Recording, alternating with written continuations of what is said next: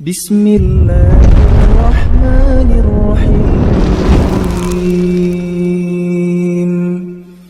Kita senantiasa semata-mata yang kita perbuat itu demi untuk menyenangkan Allah. Bahasa populernya itu ya cari ridhonya Allah.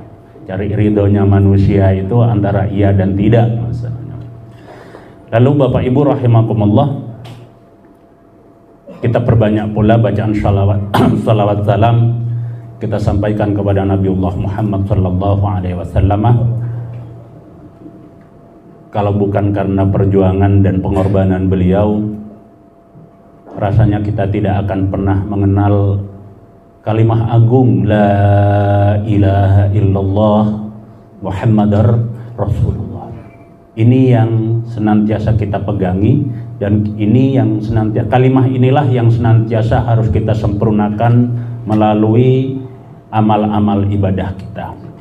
Semuanya kita sandarkan semata-mata berbuat illallah, illallah, illallah. Itu paling utama. Bapak Ibu rahimakumullah, kita tata pula hati kita, kita luruskan niat kita hadir kita di majelis ini juga dalam rangka apa itu? Nyeneng-neke Allah. Gitu aja ya. Nyeneng-ne Allah kita aja.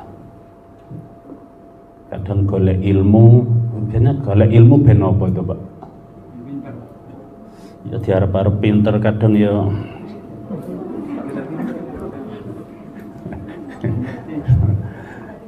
makanya Pak Samsul saya noto ngaji yang mono yamene jamaah aku kok gak pinter-pinter. Kapok akhirnya, pokoknya teko ngaji nyenenge Allah. Nek wis Allah seneng itu pokoknya ilmu manfaat itu lah gampang Bu ya. Ya.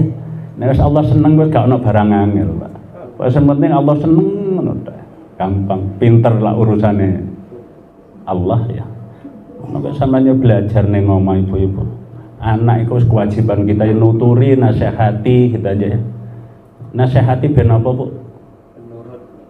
Ternyata terus bawaannya gimana? Dituturi gak nurut, ibune balik ya kan. Nek wis muring-muring Allah seneng tidak? Keliru noto hati ya. Baik ibu-ibu rahimakumullah, masih Syawal Pak Samsul ya. Karek sudah habis tadi. Allahu Akbar, keri wis gak apa-apa, mosok njaluk sepuro ngenteni Syawal. Sampean sepuro. Ini sudah yang berapa? Kamis ini. Kamis kemarin sudah Pak Samsul. Sudah mulai, alhamdulillah. Oke, Bapak Ibu rahimakumullah, kita sambung lagi materi kajian kita sekarang Al-Baqarah ya, ayat ke berapa Pak? Ya? 113. Oh, 213.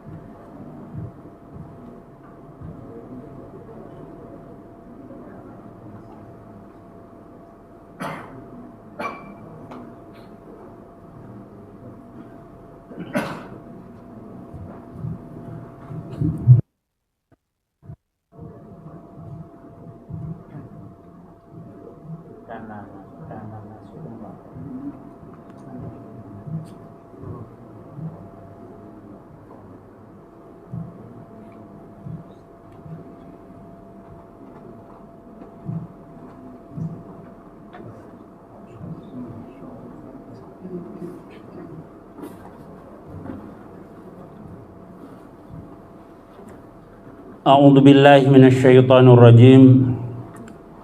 Bismillahirrahmanirrahim.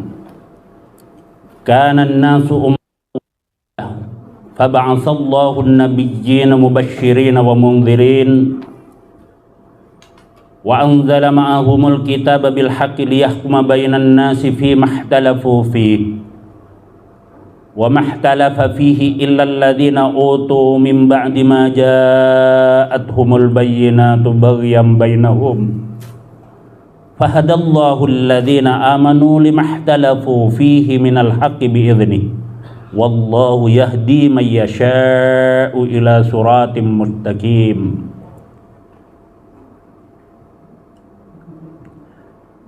Karena adalah an-nasu manusia, adalah manusia ummatan wahidah. Manusia itu dulunya wahidatan, satu. Faba'atsallahu an-nabiyyina, pada saat manusia itu masih bersatu padu, faba'atsa, kemudian faba'atsallahu, lalu Allah mengutus an-nabiyyina, para nabi. Allah utus para nabi kepada umat manusia. Tugas pokok daripada nabi itu adalah mubasysyirina wa mundzirin. Mubasysyirina, pembawa kabar gembira. Nabi-nabi yang diutus oleh Allah itu tugas utama adalah membawa kabar gembira, wa mundzirina, dan menyampaikan peringatan. Maksud daripada Allah mengutus nabi menyampaikan kabar gembira buat orang-orang yang senantiasa beriman kepada Allah, buat orang-orang yang senantiasa berpegang teguh kepada kalimat tauhid la ilaha illallah. Ada kabar gembira buat mereka, ridha dan surganya Allah. Wa mundzirin, dan para nabi yang diutus oleh Allah itu juga menyampaikan penyampai kabar atau penyampai peringatan kepada orang-orang yang kafir, kepada orang-orang yang ingkar kepada kalimat tauhid la ilaha illallah tersebut, dengan ancaman berupa azab dan siksa nerakanya. Ini tugas utama nabi-nabi yang diutus oleh Allah. Bersama para nabi yang diutus oleh Allah, wa anzala ma'ahum, wa anzala, dan dia menurunkan, dan dia Allah menurunkan ma'ahum, bersama jin. Allah turunkan para nabi al-kitaba, kitab. Allah turunkan kitab kepada mereka para nabi itu bil haqqi, dengan benar, dengan kebenaran, tanpa ada rekayasa. Bahwa kitab yang Allah turunkan kepada para nabi itu adalah hak dari Allah, tanpa adanya rekayasa. Ini salah satu bantahan kepada tuduhan orang-orang kafir terhadap Nabi Muhammad, bahwa Al-Quran itu hanyalah merupakan rekayasa Nabi Muhammad. Bahkan orang-orang kafir musyrik pada saat itu mengatakan apa yang disampaikan oleh Nabi Muhammad, yakni Al-Quran, itu tidak lebih dan tidak kurang, kata orang-orang kafir, semata-mata hanya merupakan asal awalin. Itu hanya merupakan kumpulan dongeng orang-orang masa lalu. Sebegitunya kaum kafir musyrik itu sikap mereka terhadap Nabi Muhammad, sehingga Allah sampaikan bahwa kitab yang diturunkan oleh Allah tidak seperti yang mereka tuduhkan, bahwa itu hanya merupakan karangan dan rekayasa Nabi Muhammad. bil haqqi, dengan kebenaran, turunnya itu benar-benar dari Allah, dan apa yang terkandung di dalamnya pun itu adalah merupakan ajaran-ajaran yang benar. Apa fungsi daripada kitab yang Allah turunkan kepada para nabi itu? Liyahkuma bainan nas. Liyahkuma, supaya menjadi sandaran hukum. Liyahkuma, supaya memberikan hukum, memberikan keputusan hukum itu. Memberikan keputusan pada setiap persoalan-persoalan yang terjadi bainan nasi, di antara manusia. Jelas dengan demikian bahwa Al-Quran itu sendiri turun. Banyak kita dapati setiap persoalan-persoalan yang bahkan persoalan itu belum terjadi, itu sudah Allah tetapkan jawabannya di dalam kitab Al-Quran.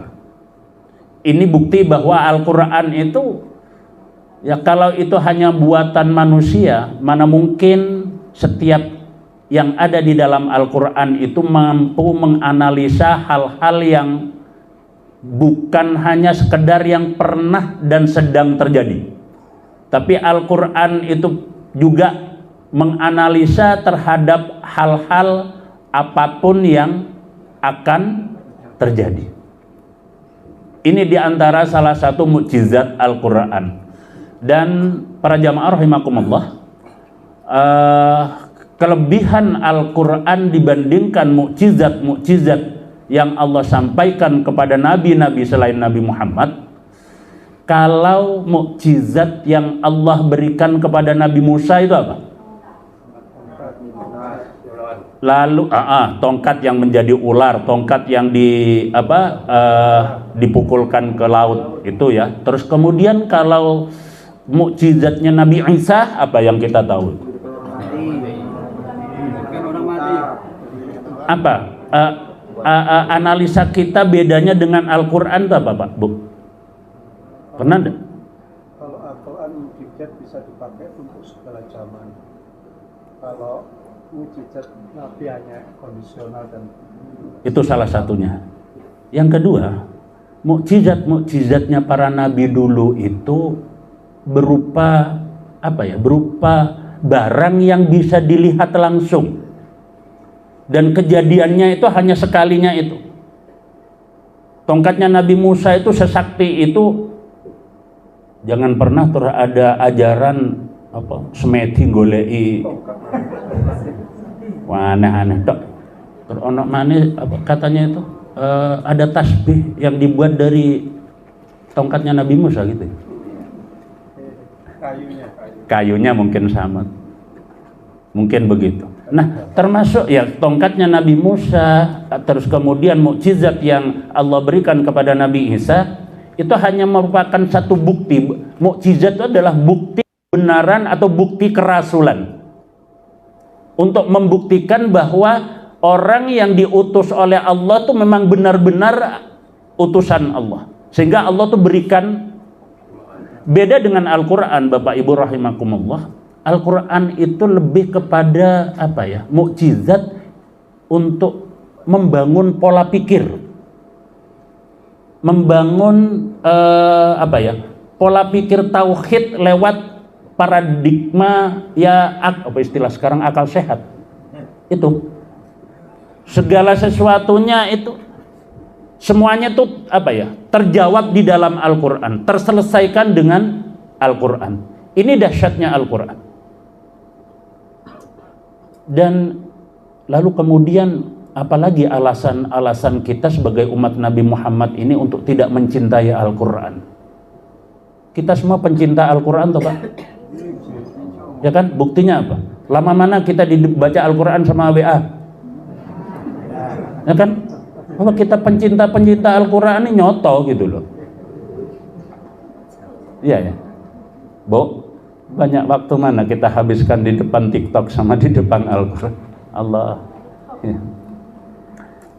ini yang perlu pembuktian bahwa Al-Quran itu begitu dahsyatnya. Kemudian kita lalu kemudian Al-Quran itu banyak kan sebutan kitab suci yang Allah turunkan kepada Nabi Muhammad. Yang utama memang Al-Quran. Al-Quran sendiri itu maknanya apa sih? Dari qara'a yaqra'u Qur'anan. Apa? Qara'a itu fi'il madhi ya, membaca. Yaqra'u fi'il mudhari. Kalau Qur'anan itu adalah isim masdar, kata kerja kemudian berubah menjadi kata benda. Berarti Qur'anan itu adalah bendanya, dan itu juga mengandung sifat. Qur'anan itu maknanya adalah bacaan. Kalau qara'a membaca, qara'a yaqra'u membaca, Qur'anan itu adalah bacaan. Berarti bacaannya orang-orang mukmin itu adalah harusnya apa kenyataannya ini? Dah. Ya waya ngaji waya dipetani ini. Jadi kalau bacaan favorit kita bukan Al-Qur'an, ya berarti tidak sama dengan nama daripada kitab kita itu. Pertanyaan sekarang, apa bacaan utama kita? Apa favorit bacaan kita? Ini masalahnya Bapak Ibu. Sebutan Al-Quran itu salah satunya. Kitab suci ini, Al-Quran ini juga disebut dengan ada Al-Huda, ada Al-Furqan, ada Asy-Syifa. Sesuai dengan fungsinya. Al-Huda, maknanya Al-Huda itu apa? Petunjuk. Berarti petunjuk buat siapa itu? Hudan lil, ada hudan linnas, ada yang utama adalah hudan lil muttaqin. Dan siapakah di antara kita orang-orang yang bertakwa itu? Semua kan? Semua kita orang-orang yang bertakwa. Berarti tuntunan petunjuk kita itu adalah kitab suci petunjuk, tuntunan. Agar apa kita dikasih petunjuk? Pak, kalau kita di jalan-jalan itu papan nama itu fungsinya, rambu-rambu itu fungsinya sebagai apa sih Pak? Petunjuk ya. Kalau kita di perempatan, pertigaan kan ada tulisan kalau panahnya ke kanan ke Gresik namanya. Kalau ke kiri ke Sidoarjo. Itu petunjuk itu di papan nama itu berupa apa itu? Tulisan ya. Tulisan terdiri dari apa saja? Dari huruf. Begitu kita akan paham bahwa kalau ke kanan ke Gresik, kalau tulisan itu kita apakan? Kita baca. Dengan kita membaca, berarti proses membaca itu akan mendatangkan apa? Pesan. Lalu dengan pesan itu kita menjadi paham. Dengan paham akhirnya kita mengamalkan. Sudahkah Al-Quran itu kita jadikan petunjuk? Sudah dibaca? Sudah dibunyikan? Sudah ditangkap pesannya? Sudah? Loh kok sing mau sudah kok akhirnya insya Allah gitu.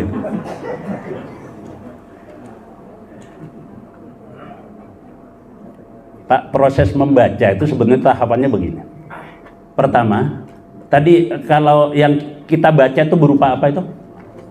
Tulisan terdiri dari huruf. Itu bisa memberikan pesan. Pertama harus diapakan huruf itu? Dirangkai Pak. Harus dirangkai huruf itu. Ini kita coba menganalisa tentang definisi membaca itu. Pernah enggak Bapak Ibu ketika kita mau masuk mushola atau mau masuk masjid itu biasanya ada pesan yang disampaikan oleh takmir itu. Di depan itu apa itu biasa? Apa tadi? Terdiri dari berapa huruf suci itu? Itu kira-kira 4 huruf tuh kalau tidak kita rangkai, kita jadikan satu bisa memberi pesan deh. S-U-C-I, S-nya taruh depan mushola, U-nya taruh belakang mushola, terus itu bisa memberi pesan deh. Agar itu bisa memberi pesan, maka 4 huruf itu pertama yang harus kita lakukan apa? Dirangkai, dihimpun, dikumpulkan. Ada S, ada U, ada C, ada I. Setelah kita rangkai, setelah S, U, C, I, terus diapakan itu? Enggak, ini proses membaca. Ya, proses membaca pertama adalah merangkai huruf. Setelah huruf dirangkai, tahap kedua diapakan? Dibunyi atau dilafatkan. Sudah? S-U-C-I. Unine suci. Begitu kita wis muni suci, terus kita tahap ketiganya itu apa yang kita tangkap, yang kita terima? Sekedar hanya 4 huruf kita bunyikan, ada pesan yang kita pahami enggak? Berarti pesannya apa di situ? Nah lah, ya kan? Berarti minimal orang membaca itu adalah merangkai huruf. Kedua tadi apa?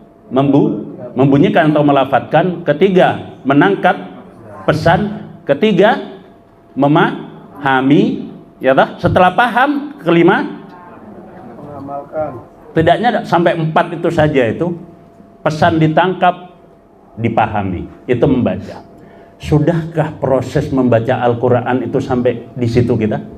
Sudahkah kita rangkai hurufnya? Sudah. Sudah kita lafadzkan, bunyikan? Sudah kita tangkap pesan informasinya? Sudah kita amalkan? Masalah tidak? Wis maca Quran, jawabannya apa? Wis, selama ini kita baca Al-Quran. Al-Quran tadi salah satu fungsinya diturunkan oleh Allah itu untuk apa? Petunjuk tadi ya. Oke. Sudahkah Al-Quran itu kita fungsikan sebagai petunjuk? Sudah ya. Sudah kita rangkai hurufnya sudah ya. Sudah kita bunyikan sudah. Sudah kita tangkap pesannya. Loh kok gak kompak? Bismillahirrahmanirrahim. Qalu ta'irukum ma'akum a'in dzukirtum. Loh kok wis apa? Yakin itu ayat Al-Quran yang saya bunyikan? Sudah terdengar suara saya bunyikan tadi? Qalu ta'irukum ma'akum ma'in dzukirtum bal antum qaumum musrifun. Sudah tertangkap suara saya? Tertangkap pesannya?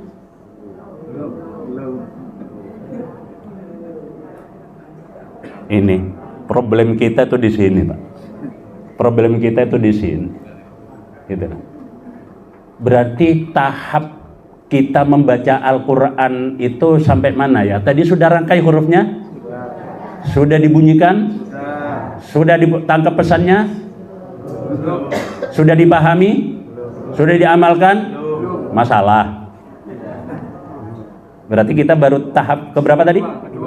Berarti selama ini Al-Quran sudah kita apakan? Dibunyikan. Ya krungu suarakum ya krungu. Qalu ta'irukum ma'akum. Qalu mereka ta'irukum mengheningkan cipta. Ini Pak yang jadi problem bagi kita tentang prestasi belajar Al-Quran umat Islam itu pada umumnya. Kenapa kira-kira persoalannya Pak? Kenapa kok kita baru mandek sampai pada tingkat membunyikan tadi? Pesannya kok belum sampai, paham juga belum. Ini masalahnya di mana kira-kira? Nah Pak, ya? Loh, emang Al-Quran itu perlu diarti ini kenapa?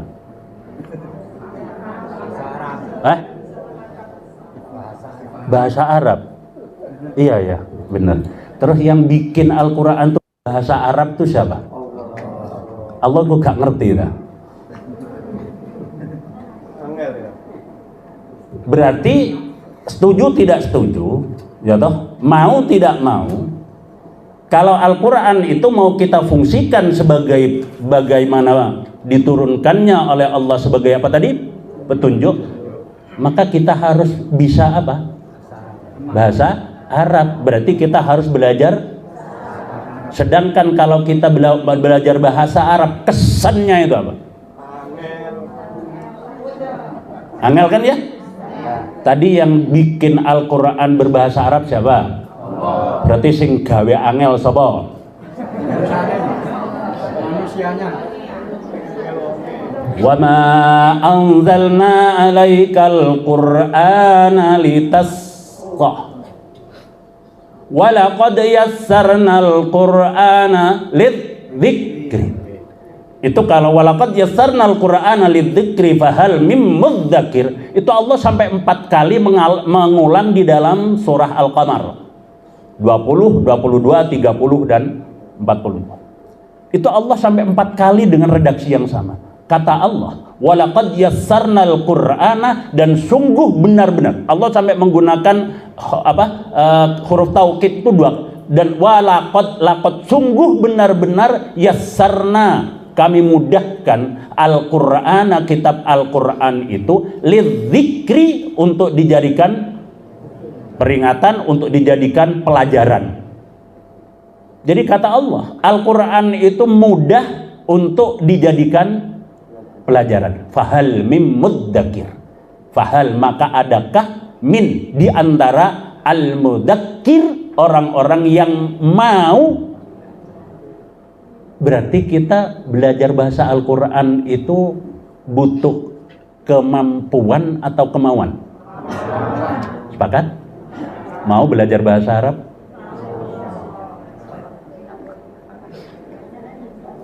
Kadungan kok dijak bacal bahasa Arab ngono wis kena nahwu sorof mumet. Jangan belajar bahasa Arab tuh jangan dibayangkan apa-apa kok aja dibayangne angele gitu loh. Dan ternyata Al-Quran itu adalah sebuah sarana yang mengandung materi yang sangat mudah dan mengandung metodologi pembelajaran yang sangat mudah juga. Asal kita menyadari aja kalau kita tuh mau mentadaburi Al-Quran dari sisi bahwa Al-Quran itu bahwa Al-Quran itu ada sarana metodologi pembelajaran yang kami temukan, Bapak Ibu rahimakumullah. Kosakata yang ada di dalam Al-Quran itu selalu terulang-ulang. Surah Al-Fatihah itu ada berapa ayat? Ada berapa kosakata? Tapi sampean jawab kok ngawur bae kok bener ngono. Dari bi sampai ad-dhalin itu ada 37 kosakata. Ada kosakata yang terulang enggak di surah Al-Fatihah itu saja, Pak? Ayat pertama bunyinya apa? Ya, katakan itu yang kita pakai Bismillahirrahmanirrahim. Ayat ketiga bunyinya apa? Ada yang terulang? Selain Ar-Rahman Ar-Rahim ada yang terulang lagi deh. Apa itu? Ihdinas siratal mustaqim, siratal ladzina an'amta alaihim ghairil maghdubi. Ada berapa kosakata tadi yang terulang? Sirat 2 kali, alaihim. Alaihim itu ada 2, ala dan him, berarti 4. 37 kosakata yang ada di dalam surah Al-Fatihah itu, Pak. Ada 10 kosakata yang terulang atau yang sudah kita tahu maknanya. Allah, Bismillah, Allah itu tidak terulang, tapi siapa sih yang tidak tahu maknanya Allah itu, Pak? Ada berapa tadi yang terulang? Lo wes lali kandan ya. Surah Al-Fatihah ada berapa kosakata? Ada berapa yang terulang? 10. Berarti sisanya berapa? 1 juz. Yes, tak takoni Al-Fatihah pirang kosakata tambah 1 juz. Sudah. Pak, Bu, 1 juz ya. Juz pertama itu ada 3624 kosakata. Sampeyan percaya aku timbangannya tak kondoleki dhewe. Ya, saya masih ingat tahun 93 itu ya punya forum diskusi sama teman-teman, metani Quran kayak gitu. ada 3.624 kosakata, sampai rata apal Pak Rusa itu. Ada 2.328 terulang. 3.624 kosakata, ada 2.328 terulang kata-katanya. Banyak yang terulang apa banyak yang tidak terulang?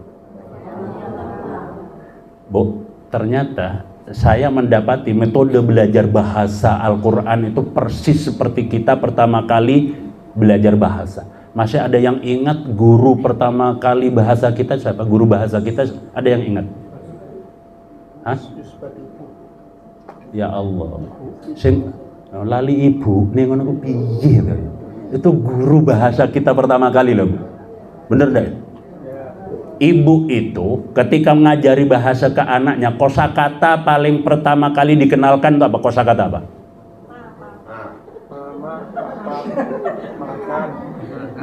Oh, kakean Pak Rus, siji tok mama iku papai belakangan itu. Bu, kosakata mama atau ibu atau bunda itu dalam sehari itu pada bayi yang belum bisa menirukan itu diulang berapa kali? Ya kan, bayi itu baru melek saja itu masa karo dikudang dek ya Allah mama gitu. Waktu dimandiin diucapkan lagi enggak? Diucapkan. Sambil didulang diulang lagi. Itu ternyata satu kosakata itu diulang-ulang berkali-kali. Dan metode yang pengajaran yang kedua itu adalah tasmi', lalu tikrar ya, mengulang-ulang kemudian mendengar lalu menirukan, persis seperti metodenya malaikat Jibril ngajari Nabi Muhammad. Nabi Muhammad itu kan terkenal apa itu? Tapi ternyata bisa tidak diajari. Caranya Jibril ngajari gimana? Kau nulis? Suruh baca? Suruh baca enggak itu? Enggak, nirukan. Datang-datang di Gua Hira, Jibril gimana? Iqra. Nabi Muhammad gimana? Ma ana biqari. Iqra ya Muhammad, ma ana biqari. Kok cara kok Surabaya? Wis tala tira nomat Muhammad gitu loh. Sampai ping 3 Iqra baru Muhammad tuh baru ngeh, Nabi Muhammad baru nirukan Iqra. Lalu malaikat Jibril melanjutkan bismi rabbikal ladzi khalaq. Titirokno. Ya lama-lama. Ini pola pembelajaran bahasa yang Allah ajarkan melalui Al-Qur'an. Kuncinya apa, Bu? Kalau kita memang pencinta Al-Qur'an. Istilah. Iya, Bu Samsul dulu itu jenengan iku ndukane mujahidin asline wis madhi mudhari itu wis ero.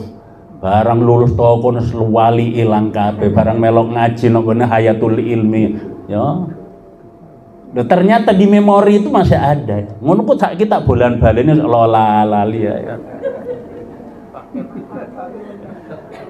Ndak, ini satu hal Bapak Ibu rahimakumullah, bahwa ketika kita itu berinteraksi dengan Al-Quran, kita jangan pertama kali itu yang terkesan sudah sulitnya.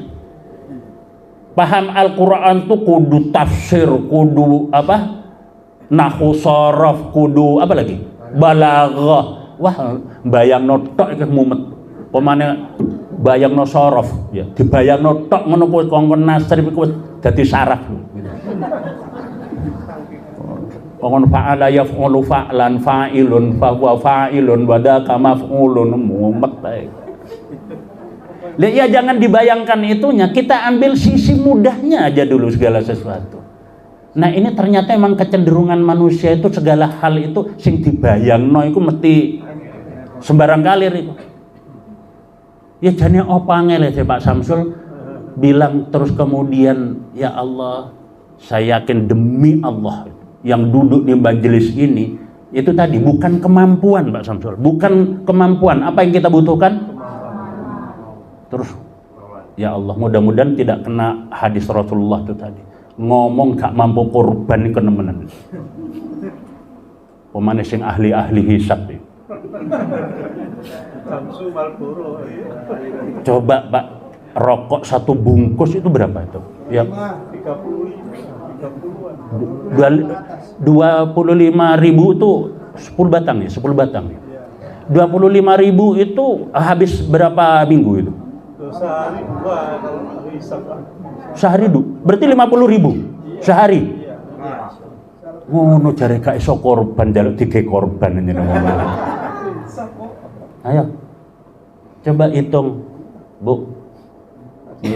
Ibu-ibu agak ana sing ahli hisab. Ya toh. Pentol aci, kerupuk upil ngono. Ya Allah bisa, Pak, bisa ya Allah ya Rabb. Coba kalau berapa Pak Samdul sekarang tahun ini per orang? 3.250.000. Ke 3 juta itu saja kalau kita bagi 1 tahun itu 1 harinya itu berapa itu? Berapa? Bu, sampeyan iku matematika lo piro to, Bu? 3 juta dibagi 365 300 1 hari 10 iso ta Bu sampean dino sakmono niku lah tadi rokok itu sampai 50.000 masa itu apa 10.000 sehari nggak sebanding loh Pak. Ini kita pakai logika aja loh ya. Jadi ketika Allah menyatakan fattaqullaha manistata'tum, maka bertakwalah kalian itu sesuai dengan kemampuan kalian. Ini jangan kemudian dibalik kita memahami ayat ini. Bertakwalah kamu sekalian sesuai kemampuan kalian. Lah kita boro-boro, yang memang saya ini sudah ditakdirkan tidak mampu korban begitu. Bukan, Pak. Kita bukan orang yang tidak mampu. Tapi kita ini adalah rata-rata orang yang tidak mau. Bukan kemampuan kok. Untuk menjadi baik itu bukan kemampuan. Untuk menjadikan sempurnanya ibadah, untuk sempurnanya iman, takwa, bukan kemampuan. Makanya begini Pak, kalau masalah perintah, itu Allah selalu fattaqullaha manistata'tum. Kalau perintah itu Allah masih ada reasoning. Sesuaikan dengan kemampuan kalian. Sholat misal. Sholat itu seharusnya orang yang mampu berdiri wajib dilakukan dengan, tapi ada reasoning. Tidak semua orang sholat itu berkemampuan sambil, maka boleh sambil duduk, bahkan boleh sambil berbaring tidur. Tapi kalau menyangkut masalah larangan, kalau perintah itu masih ada reasoning, sesuaikan dengan kemampuan, ya toh? Bukan kemudian kita tuh belum berusaha sudah bilang nggak mampu. Tapi kalau masalah larangan itu tidak ada Pak reasoningnya. Pokoknya Allah larang, haram, kemudian jangan, sudah tidak ada. Apa contohnya? Wala taqrabuz zina, jangan kalian ada sesuai dengan kemampuan kalian gitu? Nggak ada. Kayak gitu aja sudah direkayasa. Yang tidak boleh kan mendekati kan gitu. Angel. Kembali kepada masalah kitab-kitab Allah ini Pak. Nggak mungkin Allah itu menciptakan, mendatangkan segala sesuatu itu tidak terukur. Yang paling hafal kita itu ya Al-Baqarah terakhir itu. La yukallifullahu nafsan illa. Dan banyak Allah mengulang-ulang itu. Wa ma ja'alna bi syai'in illa bimiqdar. Kata Allah, kami tidak pernah menciptakan sesuatu itu tidak terukur. Semuanya terukur. Jadi kalau Allah menurunkan kitab suci itu dengan berbahasa Arab, itu sudah diukur oleh Allah, mudah untuk dipahami oleh bangsa manapun yang berbahasa apapun. Itu sudah semudah-mudahnya sebenarnya Allah. Kita bayangkan Pak, kalau bagi kita dah nio enak-enak kitab suci itu berbahasa apa? Tapi segitunya, seandainya Al-Quran itu oleh Allah diciptakan berbahasa Indonesia atau berbahasa Jawa, jamin dak orang Jawa Indonesia itu semuanya beriman? Ya wong kafir koyok ngono iku, Pak. Ketika dia punya alasan, ya salah ya, kenapa Al-Quran wahyu itu harus diturunkan melalui Nabi Muhammad? Kenapa tidak langsung kepada kami saja? Jadi menungso itu golek alasan itu. Ya coba Al-Quran gak bahasa Arab lah ngono toh. Tapi seandainya tidak berbahasa Arab sesuai dengan bahasa kita, ya gak jamin. Gak jamin. Gitu loh. Ya termasuk korban itu Pak Samsul tadi ya. Coba kan itu ya. Golek kan itu. Ini contoh. Ini bagaimana kita mengukur dan menakar iman takwa kita kepada Allah, Bapak Ibu rahimakumullah. Oke. Jadi kitab-kitab para nabi yang Allah utus kepada manusia itu Allah sertakan bersama mereka itu kitab, dan fungsi daripada kitab yang menyertai para rasul itu liyahkuma bainan nas, agar supaya para rasul itu bisa menegakkan hukum apapun bainan nas di antara manusia. Menegakkan hukum di antara manusia fi mahtalafu. Di situ Allah sebutkan fi mahtalafu, pada apa saja yang ikhtalafu mereka ikhtilaf khilafiyah itu perselisihkan. Mereka perselisihkan. Jadi Allah ini sudah menyediakan sarana kitab itu, setiap perbedaan, setiap perselisihan itu sebenarnya bisa diselesaikan dengan Al-Quran. Tapi malah dari Al-Quran itu timbul perselisihan atau tidak ya? Malah timbul perselisihan. Saya kembali kepada contoh tadi. Kalau di musola, di masjid itu ketika kita mau masuk ada peringatan dari takmir, itu peringatannya apa? Suci. Semua orang bisa enggak membunyikan SUCI itu bisa enggak? Semua orang yang membunyikan SUCI bisa menangkap pesannya enggak? Bisa paham enggak itu? Pemahamannya pasti sama apa enggak? Kadang ada, atau selain suci itu apa ya? Peringatan di masjid musala di depan itu selain kata suci. Ya. Di ondak-ondakan nggone sandal biasa tulisannya apa, Bu? Lepas gitu ya. Tapi zaman, Pak, membawa manusia kepada paradigma kadang memaknainya tuh sakarepe dhewe, memahaminya sakarepe dhewe. Ini contoh sederhana saja. Bahkan Al-Qur'an itu bisa seperti itu. Yang balik kepada bukan Al-Qur'annya, bukan peringatannya. Tadi peringatannya apa dari takmir? Lepas. Tiba-tiba ada saja jamaah itu masuk ke dalam masjid itu, dia tuh alas kakinya itu tidak dilepas. Alasannya apa? Karena dia pakai sepatu. Iya, begitu ditegur sama takmir gimana? Peringatannya tidak apa? Sadar. Sedangkan dia masuk masjid pakai Sepatu. itu kok kayak orang Madura nok gone ampel nok sasak. Mlebu nang gang itu kan ada rambu itu, Pak. Ada gambar becak terus dikei. Berarti itu sebenarnya paham enggak? Ada gambar becak terus dikasih gitu. Berarti apa itu? Pesannya apa? Lah ono wong Madura nggo becak iku mluwak buaya. Ditegur orang kampung. Kena wong Madura, Pak, yo paham. Tapi apa? Ketika dia gak ero tane ngarep ono rambu larangan. Jare tukang becak ya apa? Ya ro, Pak. Debat kan ini yang sering. Ini masalah Al-Qur'an kadang begitu. Berdebat tapi ya hanya apa ya? Ya sesuai dengan pemahamannya. Jare tukang becak. Sapa sing gak ero nek ngarep iku ono larangan becak mlebu. Tapi awakmu kok mlebu? Sampeyan gak ero tak gambare becake gak ono penumpang.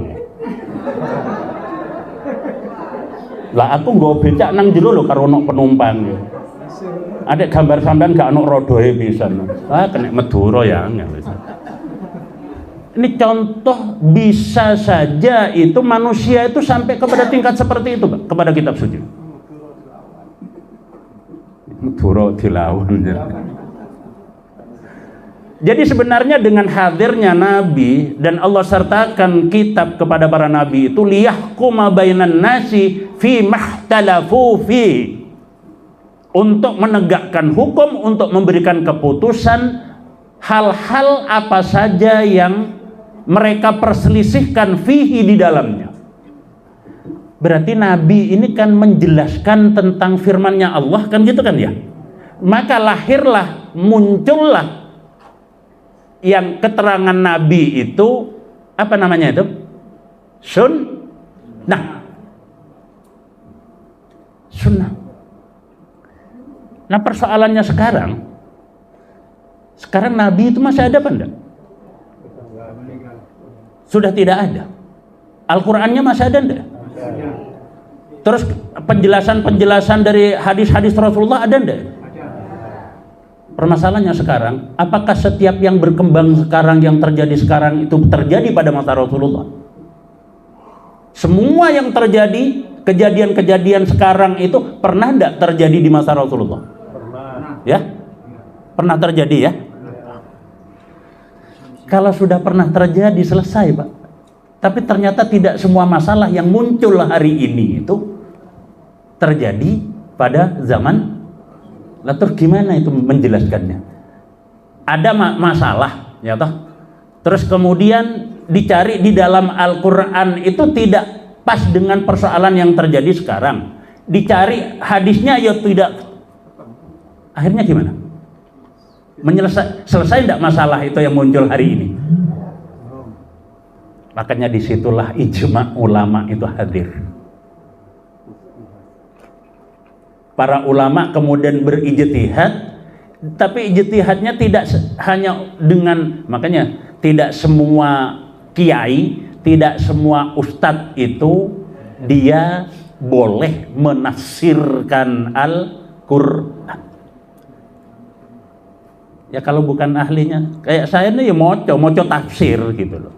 Duduk menafsirkan, membaca tafsir, moco ayat. Innal ladzina kafaru sawa'un 'alaihim a andartahum am lam tundirhum la yu'minun.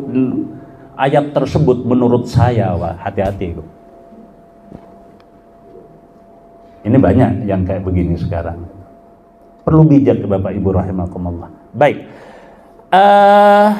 Sebenarnya kata Allah itu yang Allah sebutkan tadi, Nabi itu dengan kitab itu menjelaskan, Nabi itu memberikan keputusan pada setiap apa yang diperselisihkan di dalamnya.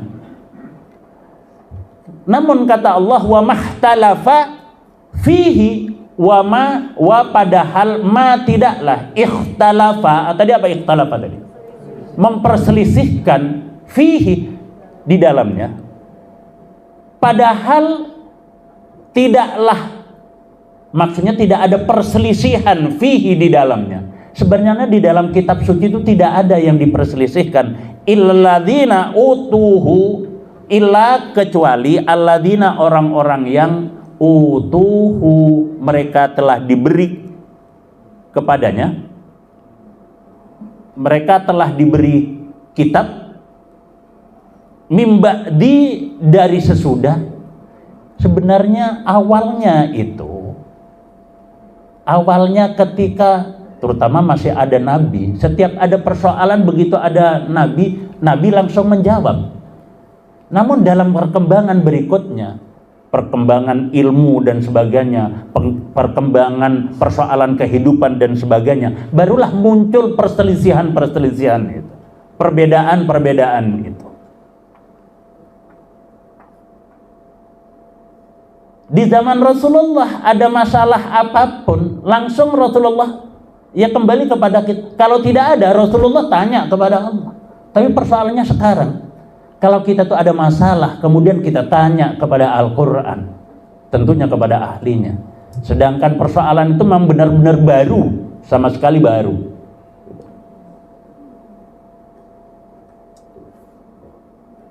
Ini yang kemudian kita membutuhkan penjelasan dari, makanya al-ulama warasatul anbiya.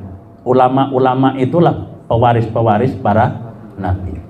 Cuman kadang kita itu perlu bijak untuk melihat sosok seorang ulama kan beda huruf dikit aja sudah.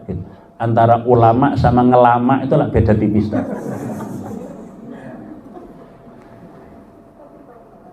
Gak sakarepe dhewe gitu ulama itu. Saya ambil contoh Pak. Mungkin kita tahu Pak Samsul, kasus seperti saya nih. Saya punya putri 3, anak tiganya itu adalah perempuan. Terus kemudian ya pura-puranya aja lah Bu Mona, saya ini masih punya istri, pura-puranya aja kan itu. Terus saya meninggal. Terus saya ini punya harta waris. Ya toh? Siapakah ahli waris saya? Istri saya 1, anak saya 3, terus ada lain? Siapa? Orang tua saya tidak punya. Saya punya saudara. Saudara saya dapat enggak? Alasannya apa? Atau begini.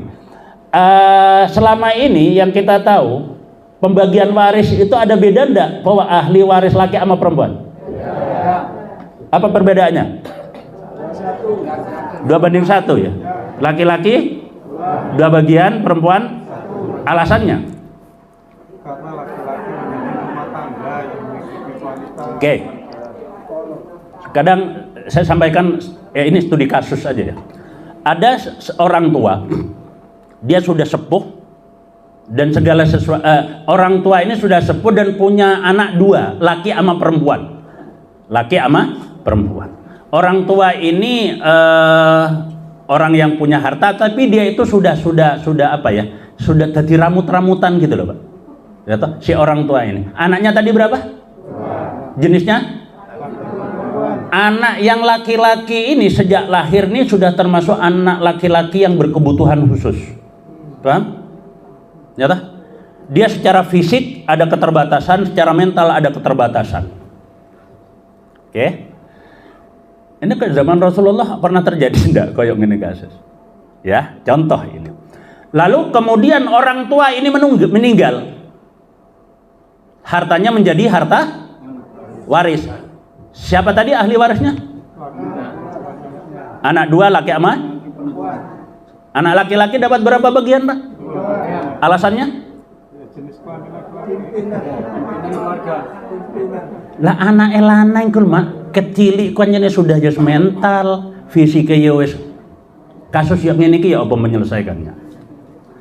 Iya Pak Samsul, yang kurang mungkin di sini nih materi yang belum ada kajiannya itu materi fikih Pak. Oke. Jane Ustadz siapa yang tematik Ustadz Rauf. Itu ben komplit ning kene. Ustadz Rauf itu ono krese karo materi saya Mas. Penting Pak ini Pak. Ini kasus-kasus kayak gini terus kita tekekeh ya tetap anak lanang itu ya oleh 2. Apa alasannya? Terus kalau itu diselesaikan seperti itu, waris berdasarkan Al-Quran itu mengusung keadilan atau tidak? Terus selama ini orang tuanya yang sudah ramut-ramutnya sing ngeramut ini siapa? Terus saudaranya yang laki yang kayak begitu sing ngeramut siapa? Giliran bagi waris. Ayo nek jenengan Bu sing dadi anak wedok iku mung kira-kira ya apa? Terus kayak gini mau dibiarkan? Atau kembali ke kasus saya tadi Pak Samsul ya. Apa saudara laki-laki saya tetap dapat bagian deh. Alasannya apa? Ketika saya meninggal, rondoku karo anak-anakku wedok itu sing ngeramut sapa? Saudara kandung laki-laki. Tenane. Itu memang harusnya secara syariat begitu. Ya toh? Anak saya 3-3-nya perempuan ketika mau menikah itu yang jadi walinya adalah saudara saya kan? Ngurusin ndak rondoku diurusi dulur-dulurku. Terus anakku sing cilik-cilik sing ngurusi sapa? Balikin nang gone ibuke maneh sing pontang-panting.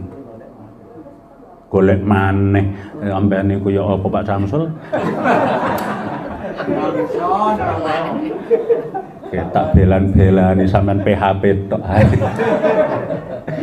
Nggak, Pak, ini kasus, Pak.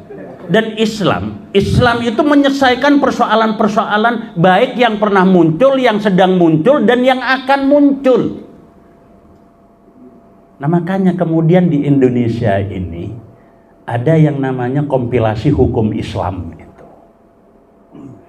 Saudara saya, Pak, ketika terus istri saya dan anak-anak saya yang perempuan tadi ambil inisiatif, sudah dibagi orang 4 itu saja.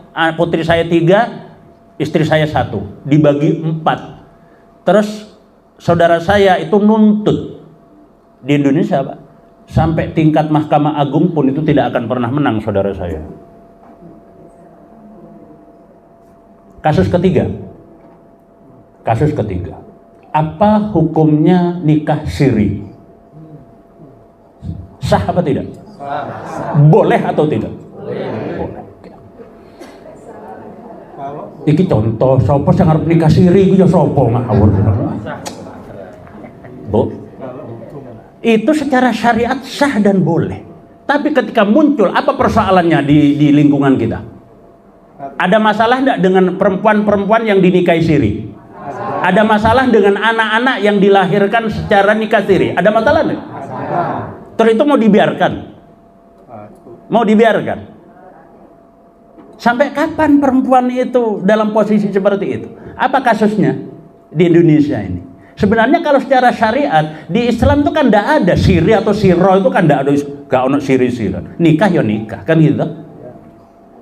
Tapi masalahnya di kita, ketika ada perempuan yang dinikahi secara siri, yalah, kemudian suami yang menikahi tadi meninggal dan dia itu punya harta waris, punya hak enggak dia itu? Apa maneh nikah siri itu adalah nikah istri yang kedua, ketiga, keempat, disiri kabeh. Waalaikumsalam. Ini masalah kepada mantan istri yang dinikahi siri, masalah tersendiri. Nuntut bagaimanapun ke pengadilan, pengadilan akan menanyakan kenapa dia itu nuntut hak waris itu, ngakunya apa? Buktinya apa? Nah, loh. Lahir anak dari hasil pernikahan siri ini, apa problemnya, Pak? Anak ini bisa ngurus akte lahir tidak? Padahal urusan akte lahir ini saja, ini rentetannya panjang tidak? Terus ngono-ngono sampean jarno ya kan? Yang pasti secara syariat tidak ada hadis yang melarang kan? Melarang nikah siri kan? Tidak ada larangannya kan? Tapi kasus yang muncul kayak gini mau diselesaikan apa mau dibiarin aja? Caranya?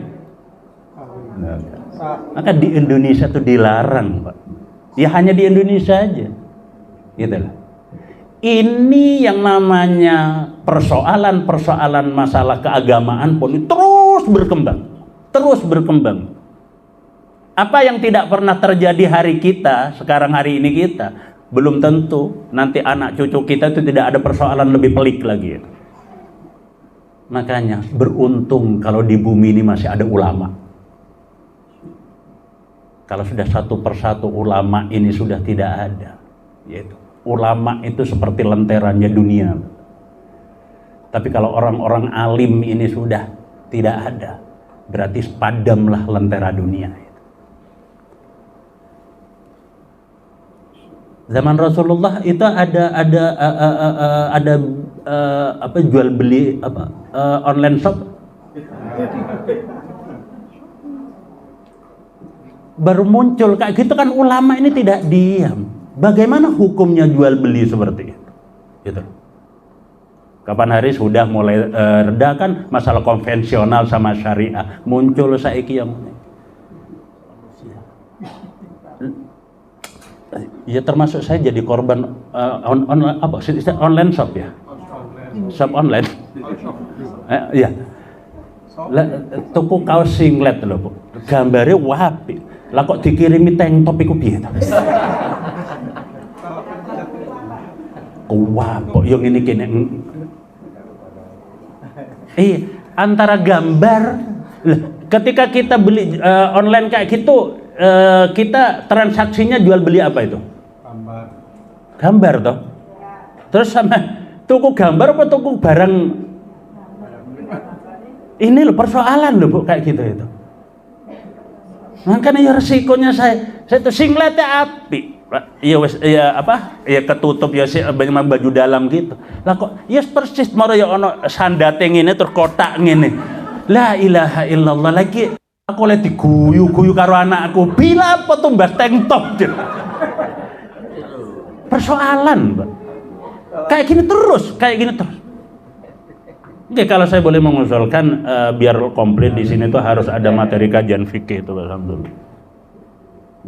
Ya memang nanti kembalinya fikih. Ya dari ayat-ayat Al-Quran muncul masalah, maka kemudian muncul ilmu fikih itu, Pak. Maka penting tafsir tok gak belajar fikih, wes mari. Gitu loh. Lah kalau nyampe pada ayat-ayat fikih kayak gini, ya mestinya harus kita kupas itu kayak gitu. Makanya harus ada kajian tersendiri tentang materi fikih. Dadi komplit nok gone Manarul Ilmi koyo kampus tenan Pak Samsul. Rektore wis ono. Allahu Akbar. Insyaallah. Baik, kita lanjut yuk. Nah, sebenarnya pada asalnya itu tidak ada perselisihan itu tidak muncul, Pak. Ba'dama ja'athumul, setelah penjelasan itu disampaikan selesai, nah baru muncul, setelah dijelaskan itu baru muncul, dan munculnya itu semata-mata satu, baghyan, karena kedengkian. Jadi muncul masalah-masalah itu karena apa istilah yang lebih keren mungkin itu kepentingan, karena munculnya kepentingan dan saling dengki akhirnya gitu loh. Bayyan bainahum, kedengkian di antara mereka.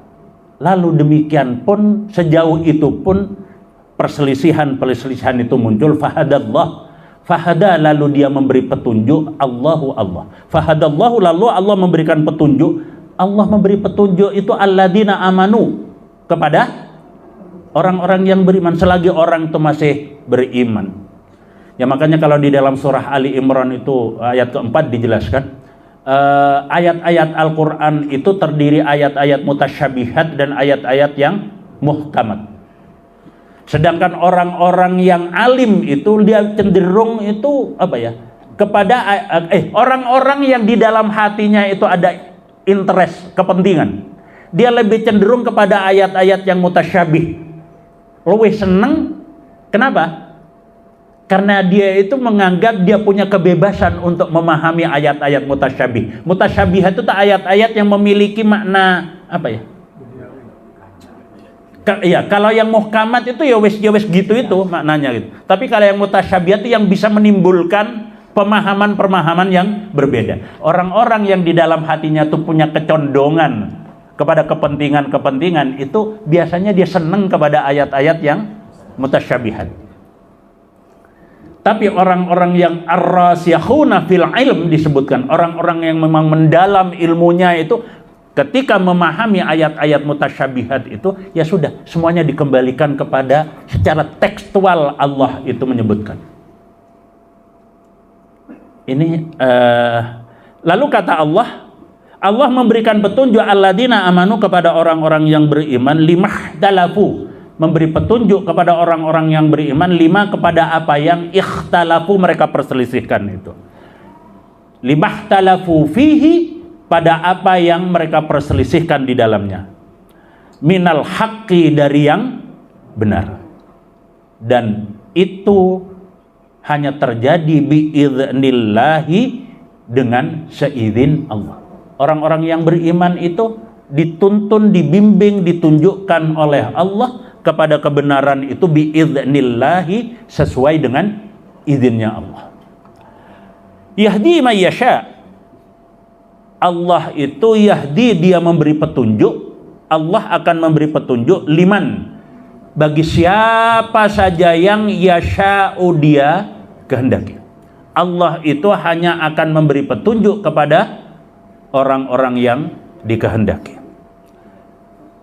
Diberi petunjuk oleh Allah ila suratim mustaqim, ila kepada suratin, jalan, mustaqimin, yang lurus. Orang yang senantiasa berpegang teguh kepada iman, orang yang beriman pasti aman.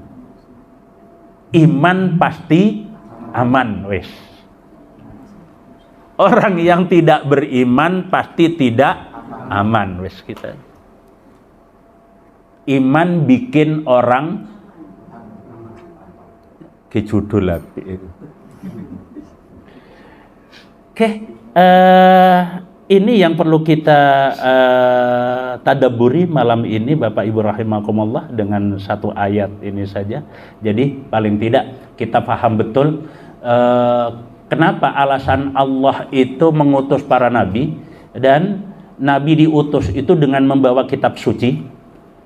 Setidak-tidaknya dengan kitab suci itu bisa dijadikan pedoman. Dan apa berarti gini, di dalam kitab suci itu tidak sifatnya yang Allah jelaskan di dalam kitab itu adalah secara global, ya toh. Lalu kemudian ada hal-hal yang tidak jelas, maka disitulah nabi itu menjelaskan. Namun timbul itu tadi, kan tidak semua umat ini hidup satu zaman dengan nabi, sementara masalah yang muncul itu selalu beragam, gitu ya. Maka bagaimana kita menyikapi dalam perkembangan gaya dan pola hidup di zaman kita ini? Ya hanya dengan iman itu. Percaya Al-Quran sudah bunyinya begini, dan kita cari fas'al, maka tanyakanlah ahlal dzikri. Ahlal dzikri di sini kepada orang yang ahlinya. Masalah persoalan itu ketika kita tidak tahu dan tidak paham, maka bertanyalah ahlal dzikri, kata Allah di Ali Imran itu tadi, kepada ahlinya. Jadi kalau kita itu sakit jantung, jangan datang ke dokter gigi. Ya. Cuman yang kurang ada keberanian sekarang ini, kalau dokter itu kan berani Pak Samsul ya, pasang papan nama itu Pak Samsul ya, spesialis jantung gitu kan ya. Kadang ya ustaz terus spesialis fikih nulis nang ngarepe omahe ngono lho, itu kan enak to umat tuh golekane kan gitu. Ono masalah fikih, oh iku ono spesialis fikih ning ndi, spesialis tafsir ning ndi, hadis ning, enak ngono jane ya. Tapi kurang wani ustaz-ustaz koyo sinaune kurang. Ini Bapak Ibu rahimakumullah, ada yang perlu disampaikan mungkin? Cukup. Hai. Ibu-ibu, bapak-bapak rahimakumullah, tidak ada persoalan dalam hidup ini yang tidak bisa diselesaikan. Dan Allah jadikan Al-Quran nabi, setelah nabi itu ada sahabat, setelah sahabat ada tabi'in, terus tabi'in, dan di zaman kita ini ada ahli waris para nabi, itu para ulama. Oleh sebab itu, persoalan apapun yang muncul dan terjadi di kalangan kita, saya tadi itu baru menunjukkan persoalan sosial ya yang terjadi, masalah waris, masalah nikah siri tadi itu. Lah itu kayak gitu, itu Islam itu harus bisa menyelesaikan.